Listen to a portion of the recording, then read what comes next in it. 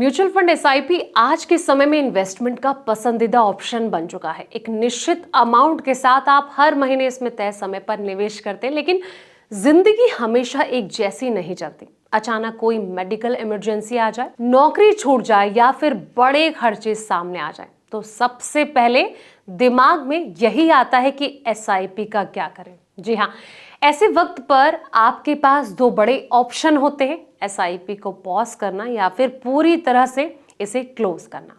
अब सवाल यह है कि पैसे की तंगी में कौन सा कदम ज्यादा समझदारी भरा साबित होता है। चलिए जानते हैं इस वीडियो में। नमस्कार, मैं हूं आपके साथ संध्या बिष्ट और आप देख रहे हैं द इकोनॉमिक टाइम्स हिंदी। सबसे पहले जानते हैं एसआईपी पॉज का मतलब कि आप कुछ समय के लिए अपनी एसआईपी इंस्टॉलमेंट को रोक सकते हैं। ज्यादातर एएमसीज यानी कि एसेट मैनेजमेंट कहीं ना कहीं कंपनीज जो हैं आपको 1 महीने से लेकर 6 महीने तक एसआईपी पॉज करने की सुविधा देते हैं।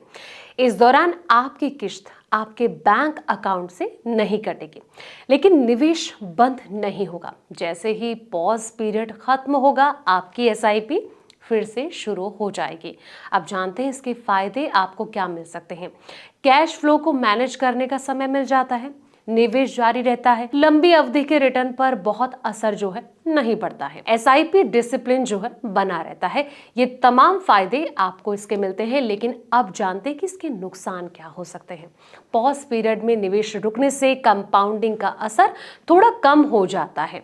अगर लंबा पॉज लिया हो तो आपके जो टारगेट हैं इन तक पहुंचने में देरी हो सकती है, विलंबता आ सकती है। अब आते हैं अगले स्टेप पर, यानी कि एसआईपी क्लोज क्या होता है। एसआईपी क्लोज करने का मतलब है कि आप अपनी एसआईपी को स्थायी रूप से बंद कर दें। इसके बाद आपके अकाउंट से ऑटोमेटिक कटौती बंद हो जाएगी। आप चाहे तो भविष्य में दोबारा एसआईपी शुरू कर सकते हैं, लेकिन नई एसआईपी के लिए अलग से आपको रजिस्ट्रेशन करवाना पड़ेगा। अब आते हैं कि आखिर इसके फायदे आपको क्या मिल सकते हैं। तो दोस्तों बता दें कि अगर लंबे समय तक पैसों की तंगी रहने वाली है तो आपको राहत मिल सकती है। आपके बैंक अकाउंट पर कोई बोझ नहीं रहता है। इसके कुछ नुकसान भी हैं।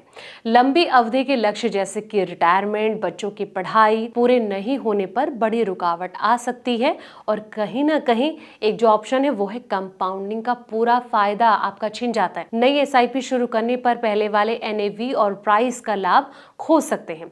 अगर इन दोनों में कंपैरिजन किया जाए, यानी कि पॉज एंड क्लोज में कौन बेहतर है, तो आपको बता दें कि शॉर्ट टर्म प्रॉब्लम यानी कि 1 से 6 महीने जैसे कि सैलरी में देरी, मेडिकल खर्च, अचानक ईएमआई का बोझ, ऐसी स्थिति में एसआईपी पॉज करना सबसे सही ऑप्शन हो सकता है। लॉन्ग टर्म प्रॉब्लम यानी कि 1 साल से ज्यादा का, अगर आपको लगता है कि आपकी जो इनकम है लंबे समय तक प्रभावित रहेगी, तो एसआईपी क्लोज करना ही समझदारी है। तो ये तमाम पॉइंट्स हैं, और कहीं ना कहीं एक्सपर्ट दोस्तों ये भी कहते हैं कि एसआईपी क्लोज तभी करें जब और कोई रास्ता आपके पास ना बचता हो, वरना पॉज करना ही बेहतर होता है। फिलहाल इस वीडियो में इतना ही। ऐसे तमाम वीडियोस के लिए आप देखते रहें द इकोनॉमिक टाइम्स हिंदी।